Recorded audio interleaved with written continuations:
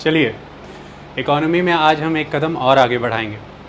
आज हमारा economic survey में चैप्टर 9 है वॉल्यूम 1 का। Chapter 9 privatisation and wealth creation. हमने शुरुआत ही इकोनॉमिक सर्वे की इसी इशू पे की थी।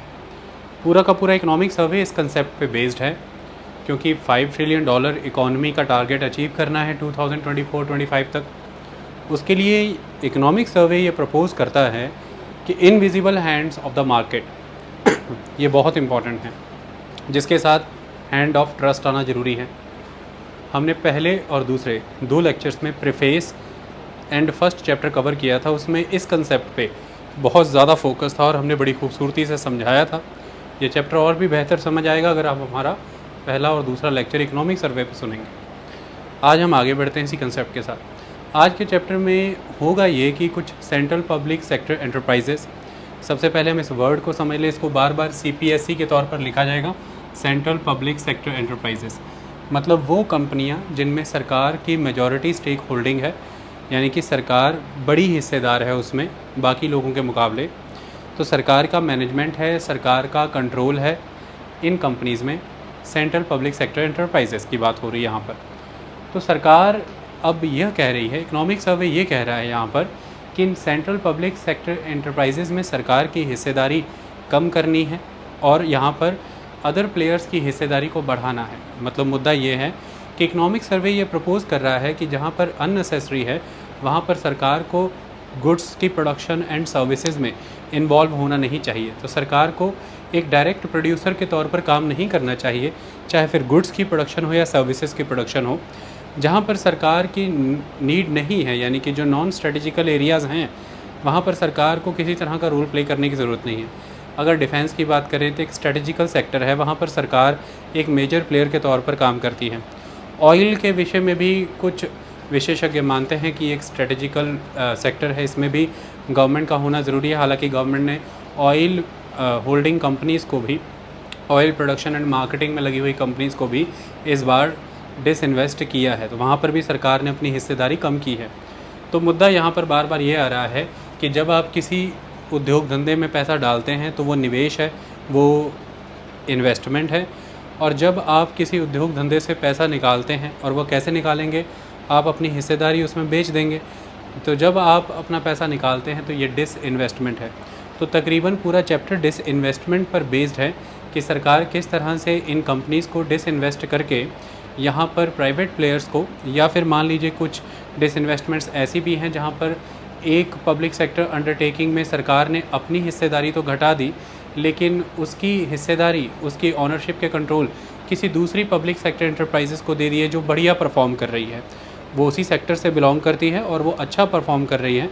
सरकार के ही अंडर है वो वाली पब्लिक सेक्टर एंटरप्राइजिंग, लेकिन सरकार ने इस कंपनी से हिस्सा कम करके उस कंपनी की हिस्सेदारी इसमें बढ़ा दी है, ताकि वो वाली मैनेजमेंट इस कंपनी को टेक ओवर करे और मैनेज करे, प्रोडक्शन की एक्टिविटीज़ को कंट्रोल करे। तो इस तरह से मुद्दा यहाँ पर डिसइन्वेस्टमेंट का है। तो आप इसे कई बार प्राइवेटाइजेशन के तौर पर भी देखते हैं कि सरकार जब अपनी हिस्सेदारी इस हद तक कम कर देती है कि सरकार के पास उस कंपनी का मैनेजमेंट और कंट्रोल नहीं रह जाता है, तो प्राइवेट प्लेयर्स उसे अपनी हिस्सेदारी डाल करके उस पर मलिकाना हक कर लेते हैं। तो इस तरह से वो प्राइवेट हो जाता है सेक्टर, तो वो प्राइवेटाइजेशन हो जाता है। इसे ओपनिंग ऑफ द इकोनॉमी भी कहते हैं, इसे ओपनिंग ऑफ द सेक्टर्स भी कहते हैं कि सरकार ने सेक्टर ओपन कर दिए, अब कई प्राइवेट प्लेयर इसमें आ पाएंगे। इसे डाइवर्सिफिकेशन ऑफ ऑनरशिप के नाम से भी जाना जाता है कि सरकार इसकी ऑनरशिप को डाइवर्सिफाई कर रही है, नए प्लेयर्स को बुला रही है कि आप आइए इसमें हिस्सेदारी लीजिए, ऑनरशिप लीजिए। कई तरह के एस्पेक्ट हैं। तो सेंटर के जो चैप्टर के कोर में है वो डिसइन्वेस्टमेंट है, जिसके माध्यम से प्राइवेटाइजेशन करने की बात कही जा रही है। इसलिए चैप्टर कह भी रहा है कि प्राइवेटाइजेशन, और चैप्टर ये चीज़ इसलिए प्रपोज कर रहा है प्राइवेटाइजेशन की, क्योंकि चैप्टर ये मानता है कि इससे परफॉर्मेंस इन्हांस होती है, एफिशिएंसी आती है प्रोडक्शन प्रोसेसेस में, और ऑप्टिमल यूटिलाइजेशन होता है रिसोर्सेज का, जिसकी वजह से वेल्थ क्रिएशन होती है। और अगर वेल्थ क्रिएट करेंगे तो ही $5 ट्रिलियन इकोनॉमी का टारगेट हम अचीव कर पाएंगे। और वेल्थ क्रिएशन पर ही सारा का सारा वॉल्यूम 1 बोल रहा है इकोनॉमिक सर्वे 2019-20 का। तो डिसइन्वेस्टमेंट एक अहम मुद्दा है इस पूरे के पूरे चैप्टर में, ये एक इम्पॉर्टेंट चीज़ है। और इसके रिलेटेड कि इस डिसइन्वेस्टमेंट से in central public sector enterprises की डिसइन्वेस्टमेंट के बाद क्या क्या परिवर्तन आए, तो एक कंपैरेटिव एनालिसिस दिया गया है। ये चैप्टर अपने आप को सपोर्ट करने के लिए कि डिसइन्वेस्टमेंट एक अच्छा रास्ता है, उसके लिए कई तरह के एनालिसिस प्रेजेंट करता है परफॉर्मेंस इंडिकेटर के तौर पर। और वो इंडिकेटर्स कुछ इस तरह से हैं कि जैसे नेट वर्थ है, नेट प्रॉफिट है, ग्रॉस रेवेन्यू है, return on investment ROI, return on asset होगा यहाँ पर ROA, return on asset ROA, return on equity ROE, net profit margin, sale growth, gross profit per employ. इस तरह के indicator के बेसिस पर ये एनालिसिस बेस्ड है कि हाँ, जब सेंट्रल पब्लिक सेक्टर एंटरप्राइजेस का डिसइन्वेस्टमेंट किया जाता है, सरकार अपनी हिस्सेदारी कम कर देती है, सरकार के पास फिर मैनेजमेंट और कंट्रोल करने के राइट्स नहीं रहते हैं उस कंपनी को, और प्राइवेट प्लेयर्स जब उन कंपनीज़ को टेक ओवर कर लेते हैं अपनी हिस्सेदारी बढ़ा करके, तो वह इन इंडिकेटर्स में उस कंपनी को बेहतर परफॉर्म कराने लग जाते हैं।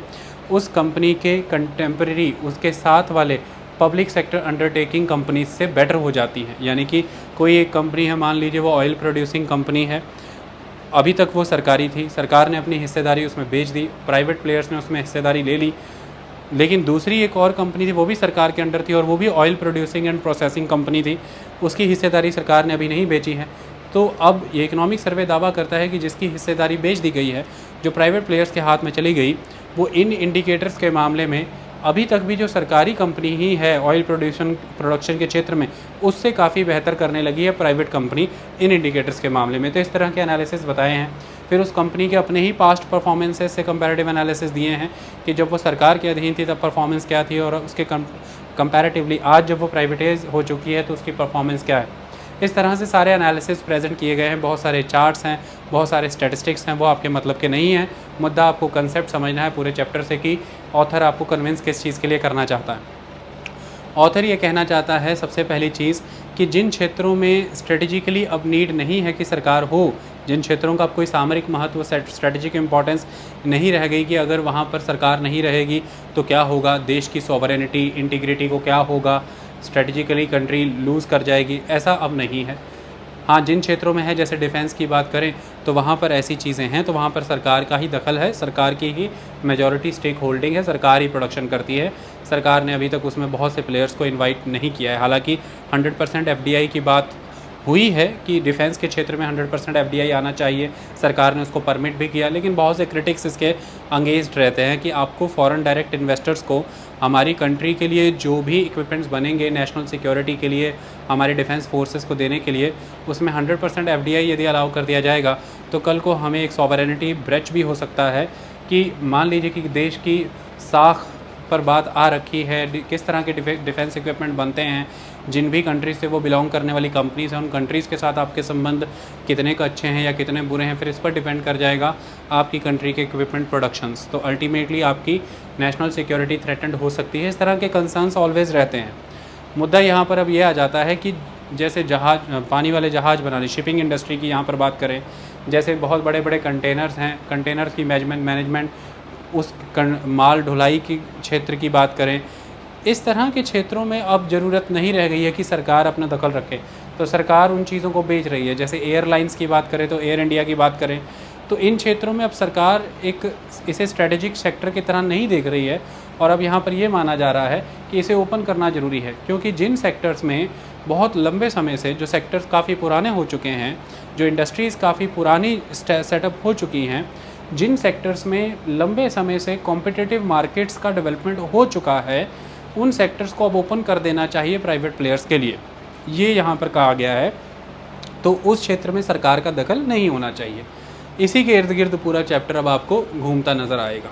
अब चैप्टर ये कहता है कि मुद्दा यहाँ पर ये है कि जब हम देश की बात करते हैं तो जो स्टार्टिंग के 40 ईयर्स की बात करें, 1950 से लेकर के 1990s तक, तब तक हमने लगभग ये कंसेप्ट फॉलो किया कि जो पब्लिक सेक्टर है, यानी कि सरकार है, वो मेजर प्लेयर था प्रोडक्शन में। देखिए, ब्रिटिशर्स का जो एक इम्पैक्ट था हमारी कंट्री पर, सोशल, पॉलिटिकल, इकोनॉमिक, कल्चरल, वो बहुत समय तक इंडिपेंडेंस के बाद भी चला।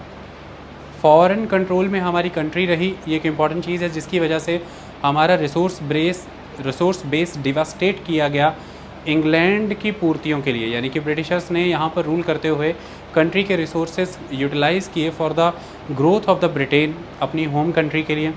एग्रीकल्चर के सेक्टर में किसी तरह का विकास नहीं किया, इंडस्ट्री के क्षेत्र में विकास नहीं किया, ट्रांसपोर्टेशन एंड कम्युनिकेशन के क्षेत्र में जो विकास भारत के हित में होना चाहिए, ना इंडस्ट्री के क्षेत्र में वो किया, ना इंफ्रास्ट्रक्चर के क्षेत्र में वो किया, ना एग्रीकल्चर के क्षेत्र में वो किया। तो अल्टीमेटली ये सब चीज़ें भारत को अपने लिए करनी थी, ये एक इम्पॉर्टेंट चीज़ है।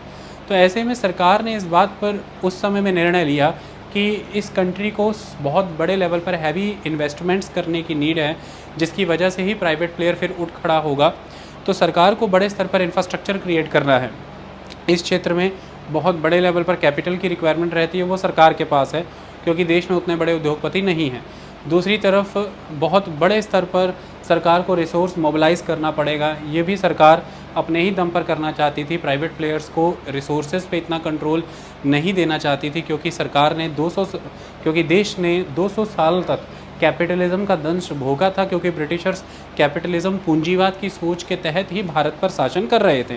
तो ऐसे में अगर कंट्री के रिसोर्सेज पर कुछ बड़े उद्योग घरानों को, कुछ बड़े पैसे वाले लोगों को ही अगर कंट्रोल दे दिया जाता, तो ऐसा माना गया कि प्राइवेट प्रॉपर्टी कंसेप्ट यदि बहुत स्ट्रांगली बहुत इम्पॉर्टेंटली एग्जिस्ट कर जाएगा कंट्री में, तो फिर वही शोषण का आधार बन जाएगा। और देश को समाजवाद की ज़रूरत है, सोशलिज़म की ज़रूरत है। देश गरीबी में है, भुखमरी है, खेती बाड़ी में कमी है। ऐसे में उन मिलियंस लोगों को हमें गरीबी की रेखा से ऊपर उठाना है, उन्हें शिक्षा देनी है, लोग अशिक्षित हैं, रोज़गार देना है, उन्हें घर देने हैं। इसके लिए कंट्री के मेजॉरिटी रिसोर्सेज गवर्नमेंट के डिस्पेंस पे होने चाहिए और गवर्नमेंट डिसाइड करेगी कि रिसोर्स मोबिलाइजेशन कैसे करना है। कंसंट्रेशन ऑफ वेल्थ नहीं होने देनी है कुछ घरानों के हाथ में। Well distribution of wealth and well distribution of resources होनी चाहिए। इंडस्ट्री कुछ घरानों के हाथ में कंसंट्रेटेड ना हो, ताकि ज़्यादा से ज़्यादा लोगों को इंडस्ट्रीज़ के लाइसेंसेस, ज़्यादा से ज़्यादा लोगों को इंडस्ट्रीज़ ओपन करने की अनुमति मिल सके। और इंडस्ट्री किसी एक रीजन में ना हो, भारत के सभी हिस्सों में स्प्रेड हो, ताकि इक्वल ग्रोथ करें सभी रीजन्स, लोप साइडेड डेवलपमेंट ना हो जाए। इसके तहत लाइसेंसेस इशू होते थे, परमिट राज सिस्टम एग्जिस्ट करता था। लेकिन ये सब चीज़ें एट द एंड रिडंडेंट हुई और 1990s का दौर आया। भारत ने देखा कि अपनी क्लोज्ड इकोनॉमी के कंसेप्ट की वजह से भारत वो इकोनॉमिक ग्रोथ अचीव नहीं कर पाया जो अदर कंट्रीज़ कर रही थी। भारत ने 1950 से लेकर के 1990 के बीच में लगभग 3 से 3.5% जीडीपी ग्रोथ रेट दिखाई, जिसे हिंदू ग्रोथ रेट के तौर पर जाना जाता है। इसके लिए यह जिम्मेदार माना गया कि जो बड़े पब्लिक सेक्टर इंटरप्राइजेस थी वो सभी सिक होती जा रही थी, क्योंकि उनको गवर्नमेंट का संरक्षण प्राप्त था। इसकी वजह से वहाँ पर वर्किंग कल्चर प्रॉपर डेवलप नहीं हो पाया, रिसोर्सेज का एफिशिएंटली यूटिलाइजेशन नहीं होता था, बहुत ही ओवरमैन्ड थी, स्टाफ बहुत ज़्यादा था, प्रोडक्टिविटी बहुत कम थी और कैपिटलाइजेशन बहुत ज़्यादा था, यानी कि हर प्रोडक्शन प्रोसेस में समय काफ़ी लग जाता था, रिसोर्स काफ़ी ज़्यादा यूज़ हो जाते थे। इसकी वजह से पूंजी का निवेश बहुत ज़्यादा करना पड़ता था, उसके कंपैरेटिवली यील्ड उतनी आती नहीं थी। फिर गवर्नमेंट इंटरवेंशंस बहुत ज़बरदस्त हुआ करते थे, प्रोडक्शन डिसीजंस जो हैं वो एफिशिएंटली मैनेजमेंट के द्वारा नहीं लिए जाते थे। सिविल सर्वेंट्स को उनका डायरेक्टर और हेड बनाया जाता था, जिनके बाद वो टेक्निकल स्किल्स नहीं हैं, वो डिसीजन मेकिंग पावर नहीं है कि इस कंपनी को किस तरह के प्रोडक्शन नेटवर्क इस्टेब्लिश करने हैं, किस दिशा में प्रोडक्शन करनी है, कैसे एफिशिएंटली सारे प्रोसेसेस हैंडल करने हैं। फिर पॉलिटिकल कंट्रोल बहुत स्ट्रांग हुआ करता था, जहाँ पर कंपनी उस लेवल पर वायबली इस्टेब्लिश नहीं हो सकती, इकोनॉमिकली वायबल सेटअप नहीं है, वहाँ पर भी करवाया जाता था। अपनी अपनी कॉन्स्टिट्यूएंसीज़ में जो भी एमपीज़ या एमएलएज़ हैं वो कंपनीज़ को लेकर के जाने की कोशिश करते थे। तो ये सारी चीज़ें हमेशा से प्रभावित रही हमारे पब्लिक सेक्टर के ऊपर। फिर कोई कंपटीशन नहीं था अदर प्लेयर से, क्योंकि इंपोर्ट वैसे बैन किया हुआ था कि फॉरेन प्रोडक्ट नहीं आ सकते और कंपनीज़ भी विदेशियों की यहाँ पर आकर के सेटल नहीं हो सकती। दूसरा, भारत के ही प्राइवेट प्लेयर उन सेक्टर्स के जो सेक्टर रिजर्व थे पब्लिक सेक्टर, उनके कंपैरेटिव उनके क्या कह सकते हैं, उनके कंटेम्प्रेरी फैक्ट्री या इंडस्ट्री उस सेक्टर में नहीं लगा सकते थे। तो जब कंपटीशन ही नहीं है किसी तरीके का, तो फिर आपको रिसोर्सेज आपके डिस्पेंस पे मिल जाते हैं फ्रीली, और ऐसे में फिर आप उन रिसोर्सेज को एफिशिएंटली यूटिलाइज़ करने के लिए कोई इनोवेशन नहीं करते, कोई टेक्नोलॉजिकल अपग्रेडेशन नहीं करते, तो रिसोर्स का ऑप्टिमल यूटिलाइजेशन नहीं हो पाता। क्योंकि आपको पता है रिसोर्सेज आपको मिले हुए हैं, कहीं और जाने वाले नहीं हैं, इसके लिए आपको किसी से कम्पीट करने की ज़रूरत नहीं है। लेकिन जब फिर प्राइवेट प्लेयर आता है 1991 के अराउंड, जब ये सब कमियां देखी गई, कंट्री के पास बहुत बड़ा घाटा था, यानी कि आपका बैलेंस ऑफ ट्रेड बहुत बड़े स्तर पर नेगेटिव में था, आप अपनी ज़रूरतों को पूरे करने के लिए विदेशों से जो सामान मंगाते थे उसके लिए जो फ़ॉरेन एक्सचेंज पर्पसेस के लिए आपको अपनी कंट्री के फ़ॉरेन रिज़र्व्स यूज़ करने पड़ते थे, क्योंकि जो प्रोडक्ट आप विदेश से मंगाएंगे उसको आप उनकी करेंसी में पे करेंगे। ऐसे में आपकी कंट्री में जब फ़ॉरेन रिज़र्व्स ऑलमोस्ट ख़त्म होने की कगार पर आए, तो उस समय में 1991 में जब हम बार बार इंटरनेशनल मॉनेटरी फ़ंड IMF के पास जाते हैं, तो उन्होंने फिर कुछ गाइडलाइंस हमें दी कि आपको अब ये रूल्स फॉलो करने पड़ेंगे, कंप्लायंस करना पड़ेगा IMF के रूल्स के साथ, तब जा कर के हम आपको फ़र्दर और लोन देंगे ताकि आपके फॉरेन रिज़र्व्स रिस्टोर हो सकें और आप आगे बढ़ सकें अपनी कंट्री की ज़रूरतों को लेकर के, क्योंकि हमें ऑयल मंगाना पड़ता था और इसके लिए हैवी बिल पे करने पड़ते थे, तो उसके लिए हमें फॉरेन रिज़र्व्स की ज़रूरत होती थी। अब ऐसे में फिर कंट्री ओपन हुई, उसने सेक्टर ओपन किए, पब्लिक सेक्टर्स में प्राइवेट प्लेयर की भी एंट्री हुई, कंट्री में फॉरेन प्लेयर्स भी आए, तो इस तरह से फिर धीरे धीरे सिस्टम आगे बढ़ा। ये है हमारी कंट्री में एक तरह से डिसइन्वेस्टमेंट की कहानी। पहले पूरी तरह से गवर्नमेंट कंट्रोल में चल रही हैं चीज़ें, लगभग प्राइवेट प्लेयर एक एंसिलरी इंडस्ट्री के तौर पर डेवलप हुआ। लेकिन इससे आगे जब हम बढ़ें तो 1991 के बाद आपको एक डिसइन्वेस्टमेंट का फेज़ नज़र आता है। धीरे धीरे गवर्नमेंट ने डिसइन्वेस्टमेंट की। पहले गवर्नमेंट ने अपने 26% स्टेक सेल किए कुछ सेक्टर्स में, कुछ इंडस्ट्रीज़ में। गवर्नमेंट 74% होल्डिंग पर आई। फिर गवर्नमेंट ने अपने शेयर रिड्यूस करके 51% तक ला करके रखे। अभी भी गवर्नमेंट मैनेजमेंट एंड कंट्रोल अपने पास रखती है 51% के साथ, जब वो 51% पे है। फिर गवर्नमेंट धीरे धीरे कम होकर के 26% तक आई। सिर्फ सोशल पर्सपेक्टिव, यानी कि जो लेबर लॉज हैं वो वहाँ पर काम करते रहें, वर्कर के राइट्स इंस्टॉल्ड रहें ऑलवेज़, इसके लिए 26% तक स्टेक रखे, बाकी मेजॉरिटी कंट्रोल प्राइवेट प्लेयर के पास चला गया। इस तरह से एक सीक्वेंस में आप डिसइन्वेस्टमेंट की तरफ आए। 1996 में उस समय की भारत की सरकार के द्वारा डिसइन्वेस्टमेंट कमीशन भी बनाया गया। GV रामकृष्णन उसके अध्यक्ष थे। डिसइन्वेस्टमेंट कमीशन 2004 में, जब बाद में फिर मनमोहन सिंह की सरकार आई, तो डिसइन्वेस्टमेंट कमीशन अबेंडन कर दिया गया, ख़त्म कर दिया गया। उसका नाम फिर बाद में बदला है। 2016 का समय जब आया है, तो अब जो भारत की सरकार है उसके द्वारा, यानी कि जो नरेंद्र मोदी की सरकार है, इसके द्वारा, क्योंकि सेकंड टर्म भी इन्हीं को मिला है 2019 के चुनाव में, तो 2016 में उसका नाम बदल करके, जो डिसइन्वेस्टमेंट कमीशन था उसका नाम बदल करके दीपम कर दिया गया है। Department of investment and public asset management, department of investment and public asset management, ये मिनिस्ट्री ऑफ फाइनेंस के अंडर ही काम करता है, दीपम जो होता है। 2005 में एक नेशनल इन्वेस्टमेंट फ़ंड भी क्रिएट किया गया था, NIF, उसी में इन्वेस्टमेंट का सारा पैसा जाता था। तो इस तरह से ये दीपम इस्टेब्लिश हुआ। आज की डेट में ये दीपम ही एक इम्पॉर्टेंट डिपार्टमेंट है फाइनेंस मिनिस्ट्री के तहत, जिसके पास ये अथॉरिटी है कि वो सेलेक्ट करता है, सेलेक्ट इन द सेंस कि वो देख रेख में अपने डिसइन्वेस्टमेंट कराता है सारे, चाहे ऑक्शंस के माध्यम से करें या कोई और रूट फॉलो करें, वहाँ पर मॉनिटरिंग होती है दीपम के द्वारा ही। Cabinet committee on economic affair है जो कॉल लेती है इन्वेस्टमेंट्स के ऊपर, तो CCEA का नाम आपको याद रखना है, cabinet committee on economic affairs, और दूसरा दीपम। ये दो ऑर्गेनाइजेशंस बहुत इंपॉर्टेंट है डिसइन्वेस्टमेंट से रिलेटेड, ये एक महत्वपूर्ण चीज़ है। तो फिर डिसइन्वेस्टमेंट के दौर में अब हुआ ये है कि जो 1991 से डिसइन्वेस्टमेंट का फ़ेज़ स्टार्ट हुआ, 1996 में डिसइन्वेस्टमेंट कमीशन बना, ये फ़ेज़ रफ्तार पकड़ गया। लेकिन फिर ऐसा कहा गया कि सन 2000 में एक ऐसा दौर आया कि उस दौर में आपने social purposes, social welfare programs को सपोर्ट करने के लिए डिसइन्वेस्टमेंट करनी शुरू की।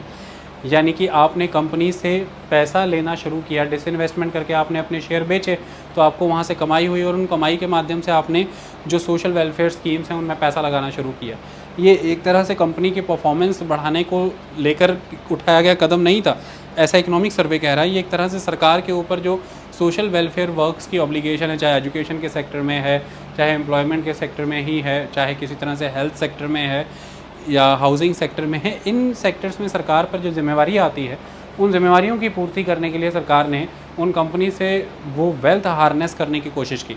तो इसलिए स्ट्रेटेजिक डिसइन्वेस्टमेंट्स नहीं की, स्ट्रेटेजिक सेल्स नहीं की।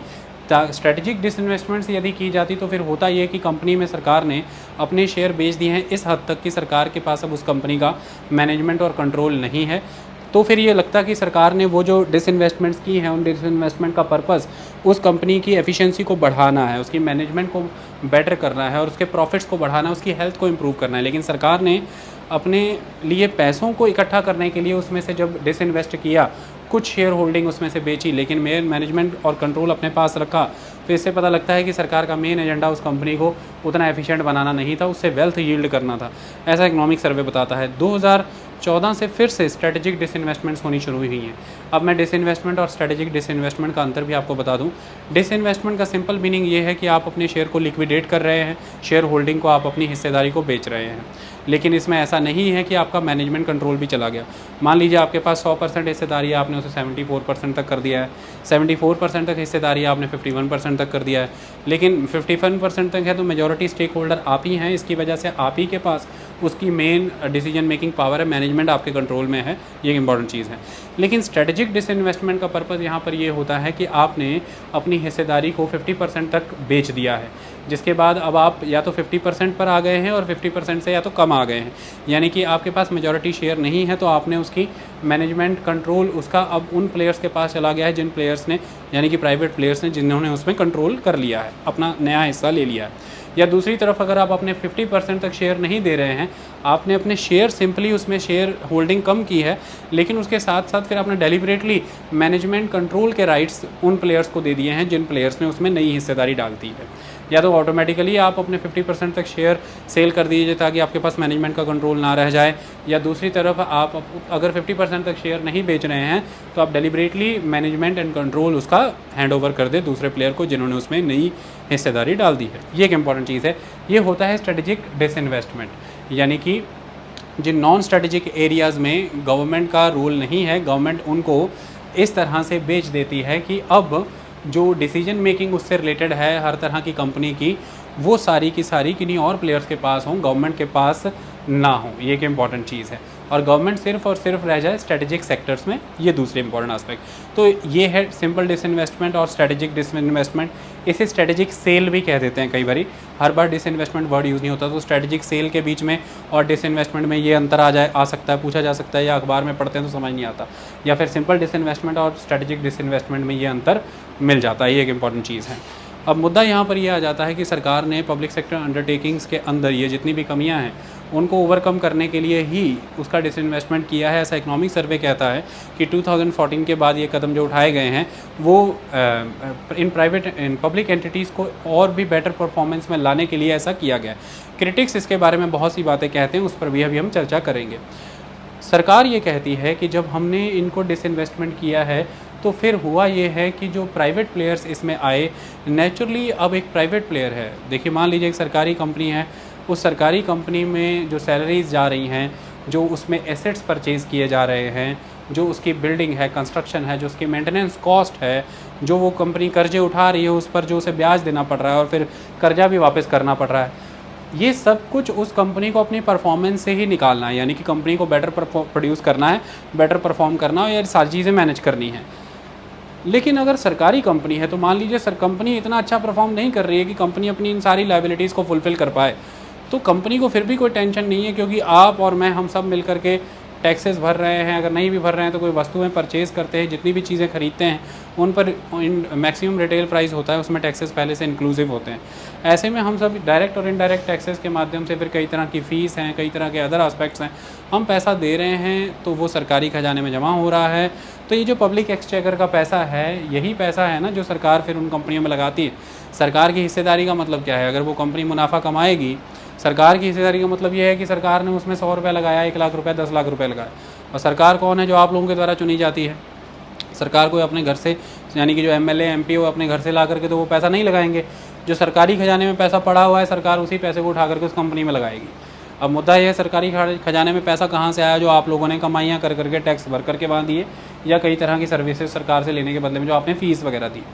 अब यहाँ पर इंपॉर्टेंट चीज़ ये है कि आपके पैसे से बना हुआ वो खजाना, उस खजाने से अगर उस कंपनी में पैसा यूज़ होता है उस कंपनी की लायबिलिटीज़ को फुलफ़िल करने के लिए, इट मीन्स तो फिर पब्लिक एक्सचेकर पर वो कंपनी एक तरह का बर्डन है, उसका स्टाफ भी एक तरह का बर्डन है। ये तो पहली चीज़। दूसरी चीज़, वो कंपनी इस कंट्री के रिसोर्सेज को बेटर वे में यूटिलाइज़ नहीं कर रही है, अंडर परफॉर्मेंस है उस कंपनी की। इसकी वजह से जो कंट्री के रिसोर्सेज हैं उन पर जो वैल्यू ऐड हो सकती थी, वो वैल्यू उस लेवल पर ऐड नहीं हो रही है। इसका मतलब है कि हमारे कंट्री के रिसोर्सेज ऑप्टिमली यूटिलाइज्ड नहीं हैं, वो अंडर यूटिलाइज्ड हैं, जिसकी वजह से उतनी वेल्थ क्रिएट नहीं हो पा रही हर स्टेप पे जितनी हो सकती थी। इसी की वजह से हम कहते हैं कि प्रोडक्शन प्रोसेस उतना उतना प्रोडक्टिव नहीं है, और जब तक ये नहीं होगा तो फिर आप कैसे कंट्री में वेल्थ क्रिएशन करेंगे, और जब तक ये नहीं होगा तो फिर आप कैसे जॉब क्रिएशन करेंगे। तो इसी के लिए ये कहा जा रहा है कि ये जो बर्डन एक्सचेकर पर आकर के पड़ रहा है, सरकार को इन घाटे में जा रही कंपनीज़ को मैनेज करना पड़ रहा है, जिसमें आपके द्वारा दिया गया जो कर है या अदर फॉर्म में पैसा है, सरकार उसी से उनकी लाइबिलिटीज़ फुलफ़िल कर रही है कंपनीज़ की, ये ठीक नहीं है। लेकिन अब यही कंपनी किसी प्राइवेट प्लेयर की होती तो नेचुरली उसको पैसा अपनी जेब से निकालना था, या तो उसने जो पहले के कोई पैसे प्रॉफिट में कमा रखे हैं, या उसके पास पहले से कोई एसेट थे उनका पैसा उसके पास है, उसके माध्यम से वो कंपनी एक चला रहा है, उस कंपनी में स्टाफ है, उस कंपनी ने कर्जे उठा रखे हैं, कंपनी को ब्याज भी देना है, सैलरीज़ भी देनी है, कंपनी को मशीन्स खरीदनी है, बिल्डिंग इंफ्रास्ट्रक्चर, इन सब का खर्चा मैनेज करना है, कंपनी उन्हीं पैसे से करेगी जो पैसे कंपनी कमाएगी। तो ऐसे में उस प्राइवेट प्लेयर को इस बात की चिंता हर समय रहेगी कि मुझे पैसा कमाना है, मुझे प्रॉफिट मार्जिन निकालना है। इसके लिए वो पैसा तभी कमाएगा कि वो चीज़ें जो प्रोड्यूस कर रहा है वो चीज़ों को कंज्यूमर मिलेगा, यानी कि वो चीज़ें कोई कंज्यूम करेगा। कंज्यूमर उन चीज़ों को तभी कंज्यूम करेगा जब उस चीज़ की कीमत मार्केट में कॉम्पिटिटिव होगी, यानी कि बाकी प्लेयर्स के मुकाबले बिल्कुल ठीक होगी, और दूसरा उसकी क्वालिटी भी बहुत अच्छी बनी रहेगी। अब उसकी कीमत को भी सेटल रखना और उसको क्वालिटी भी अच्छी देना है, इसके लिए अब करेगा क्या वो पर्सन की, वो जो रिसोर्सेज उसके पास हैं, किसी भी तरह के नेचुरल रिसोर्स या अदर मशीनरी या अदर एसेट्स उसके पास हैं, उन पर वो बेटर वे में टेक्नोलॉजी का यूज़ करेगा, वो डिसीजन मेकिंग बहुत अच्छी करेगा, वो प्रोडक्शन प्रोसेस को एकदम सीमलेस करेगा, वो किसी वर्कर को फ्री बैठने नहीं देगा, वो जितने समय के लिए उनको सैलरी दे रहा है फुल टाइम उनका वर्क प्रॉपर लेगा, पूरी तरह से स्टाफ की एफिशिएंसी यूज़ की जाएगी, पूरी तरह से रिसोर्सेज का एफिशिएंटली यूज़ किया जाएगा, हर तरह का प्रोडक्शन और मैनेजमेंट प्रोसीजर बहुत ही एफिशिएंट, बहुत ही सीमलेस होगा। इसी को कहते हैं कि प्रोडक्टिविटी बहुत अच्छी हो जाएगी, और फिर जब वो प्रोडक्ट बन करके आएगा उसकी कॉस्ट एंड क्वालिटी दोनों बेस्ट होंगी, इसकी वजह से वो सेल होगा, तो फिर उसे वैल्यू मिलेगी, उस पर्सन को इनकम आएगी, और उस इनकम से सारे खर्चे वगैरह निकालने के बाद उसे जो प्रॉफिट बचेगा वही प्रॉफिट वो फर्दर यूज़ करेगा, रिज़र्व्स के तौर पे रखेगा, या उससे नई मशीनरी या नए रिसोर्सेज को बाय करेगा। इस तरह से ये सारे प्रोसेस चलते हैं। तो वो एक प्रॉफिट मेकिंग पर उसे दिख रहा है कि उसे किसी तरह से सरकार की तरह कोई खजाना नहीं है, उसे जनता के द्वारा कोई टैक्स नहीं मिलेगा, उसे पता है कि जो उसका खुद का पैसा है उसी के दम पर उसे उस कंपनी को चलाना है। तो फिर वहाँ पर वो जो ओवर मैनिंग है, यानी कि ओवर स्टाफ रख लेना, वो कंसेप्ट, ओवर मैनिंग वाला कंसेप्ट नहीं चलेगा। दूसरी तरफ आप प्रॉपर वर्क नहीं परफॉर्म कर रहे हैं, टेक्नोलॉजी की तरफ ध्यान ही नहीं दे रहे हैं, मार्केट में अदर कंपटीटर आपके किस तरह से प्रोडक्ट्स बना रहे हैं, उनमें क्या टेक्नोलॉजी यूज़ हो रही है, उनके क्या बेस्ट एस्पेक्ट्स हैं, आप उन पर फोकस ही नहीं कर रहे हैं, ये सब चीज़ें नहीं होंगी, ये सब करना पड़ेगा, ये एक इम्पॉर्टेंट चीज़ है। तो इसलिए कहा गया है कि प्राइवेट प्लेयर्स को आने दीजिए, प्राइवेट सेक्टर के लिए मार्केट को ओपन करिए, एक कॉम्पिटिटिव मार्केट क्रिएट हो, इससे कंज्यूमर का भी बेनिफिट होगा, कंट्री के रिसोर्सेज भी ऑप्टिमली यूटिलाइज होंगे, और नए प्लेयर्स, नई फार्म क्रिएशंस होंगी, नए प्लेयर्स को एंट्री मिलेगी, और नेचुरली हमारी कंट्री के जो प्रोडक्शन बेंचमार्क्स हैं, हमारी जो इंडस्ट्रीज़ हैं, वो इंटरनेशनली कॉम्पिटिटिव बनेंगी। और यही रीज़न है कि हम जो ग्लोबल वैल्यू चेन्स हैं, यानी कि जो ग्लोबल लेवल पर नेटवर्क प्रोडक्ट्स बनते हैं, जिनकी डिज़ाइनिंग किसी एक कंट्री में, असेंबली किसी एक कंट्री में, पैकेजिंग किसी तीसरी कंट्री में, और मार्केटिंग किसी चौथी कंट्री में होती है, ये नेटवर्क प्रोडक्ट्स जो होते हैं, इनमें भारत भी इस नेटवर्क का कोई एक प्लेटफॉर्म बनेगा। वो तभी बनेगा अगर हमारी कंपनीज़ का प्रोडक्शन का वॉल्यूम वो रहेगा कि वो उस स्केल पे प्रोड्यूस कर रही हैं, उस लेवल की टेक्नोलॉजी है, इतने रिसोर्स का इसको एफिशिएंटली यूज़ करना जानती हैं। वो तभी होगा जब हमारी कंपनीज़ इंटरनेशनली कॉम्पिटिटिव होंगी, तभी हमें ऑर्डर्स मिलेंगे। ये सारी चीज़ें अचीव होंगी अगर हम प्राइवेटाइजेशन की तरफ जाते हैं, ऐसा सर्वे जिक्र करता है। ये एक इम्पॉर्टेंट चीज़ है। तो सर्वे अब यहाँ पर ये बता रहा है, सर्वे के मुताबिक यहाँ पर अब ये है कि सबसे इम्पॉर्टेंट चीज़ कि एफिशिएंसी को हम बढ़ा देंगे। मैन पावर एक लेवल पर अगर रिड्यूस नहीं होगी तो जो है वो बेटर प्रोडक्शन की तरफ आएगी। तो सीधी सीधी चीज़ कि कम रिसोर्स यूज़ करके ज़्यादा बनाएंगे, ज़्यादा वैल्यू फैच करेंगे, और अल्टीमेटली जिन लोगों ने उसमें शेयर लगा रखा है उन्हें ज़्यादा डिविडेंड मिलेगा, उन्हें अच्छे प्रॉफिट्स मिलेंगे, अच्छे रिटर्न्स आएंगे। ऑल इन ऑल एक वेल्थ क्रिएशन होगा। अब इससे एक सेंटिमेंट पॉजिटिव आता है। इसके लिए ऑथर ने बहुत से उदाहरण दिए हैं। ऑथर ये कहता है कि उदाहरण ले लीजिए, भारत पेट्रोलियम कॉरपोरेशन लिमिटेड और हिंदुस्तान पेट्रोलियम कॉरपोरेशन लिमिटेड, सितंबर 2019 तक दोनों के बारे में कोई ऐसी खबर नहीं थी कि कोई प्राइवेटाइज होने वाला है। तो तब तक दोनों के इक्विटी मार्केट में शेयर के रेट लगभग सेम चल रहे थे, वर्थ वगैरह सेम चल रही थी। लेकिन जैसे ही सितंबर 2019 में ये खबर आने लगी कि भाई Bharat petroleum Bharat petroleum corporation limited privatise हो सकता है, एकदम से उसके शेयर्स की वैल्यू सर्ज होने लगी और HPCL की शेयर की वैल्यू से BPCL की शेयर की वैल्यू आगे बढ़ने डाइवर्ज होने लगी।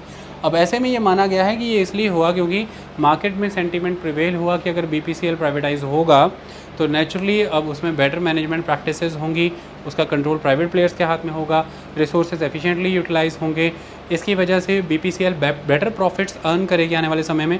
तो इसलिए जो लोग हैं उन्होंने BPCL के शेयर में पैसा लगाना शुरू किया कि ये कंपनी आने वाले समय में बेटर रिटर्न्स हार्नेस करेगी, अच्छे प्रॉफिट्स कमाएगी, तो फिर एज अ शेयर होल्डर हमें भी डिविडेंड अच्छा मिलेगा। तो शेयर प्राइसेस एकदम से बढ़ने लगे, 33,000 करोड़ रुपया इक्विटी वेल्थ में इजाफा हो गया, ऐसा माना गया। अब ये कहा गया कि ये सिर्फ एक प्राइवेटाइजेशन की न्यूज़ मात्र से ऐसा होता है, तो सोचिए प्राइवेटाइज होने के बाद कितना अंतर पड़ जाएगा। इसी तरह के एनालिसिस और कंपनीज़ में भी दिए गए हैं कि उनमें भी ये अंतर सीधा सीधा पाया गया है एनालिसिस के तौर पर। तो उसी कंसेप्ट पर भारत भी प्राइवेटाइजेशन को प्रपोज़ कर रहा है। भारत कहता है कि ये ऐसा नहीं है कि हम अपने लेवल पर ही डिसीजन ले रहे हैं, कि स्टडीज़ हैं हमारे पास कि इन डिसीजंस को लेने के लिए अदर कंट्रीज़ ने भी ये हिस्ट्री दिखाई है कि उन्होंने वाकई एक प्रोग्रेसिव पाथ अचीव किया है। इसमें यूनाइटेड किंगडम का उदाहरण दिया, जिसमें लगभग 1980s के अराउंड उनका प्राइवेटाइजेशन का एक सिस्टम चला, डिसइन्वेस्टमेंट का एक फ़ेज़ स्टार्ट हुआ।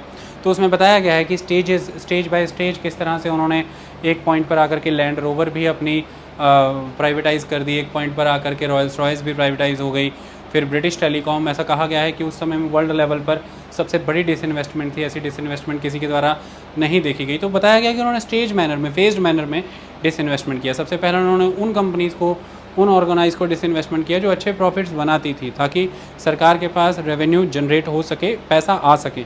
तो उनको एक सेंटीमेंट अच्छा बना। मार्केट में डिसइन्वेस्टमेंट के लिए एटमॉस्फेयर बनाना ज़रूरी है।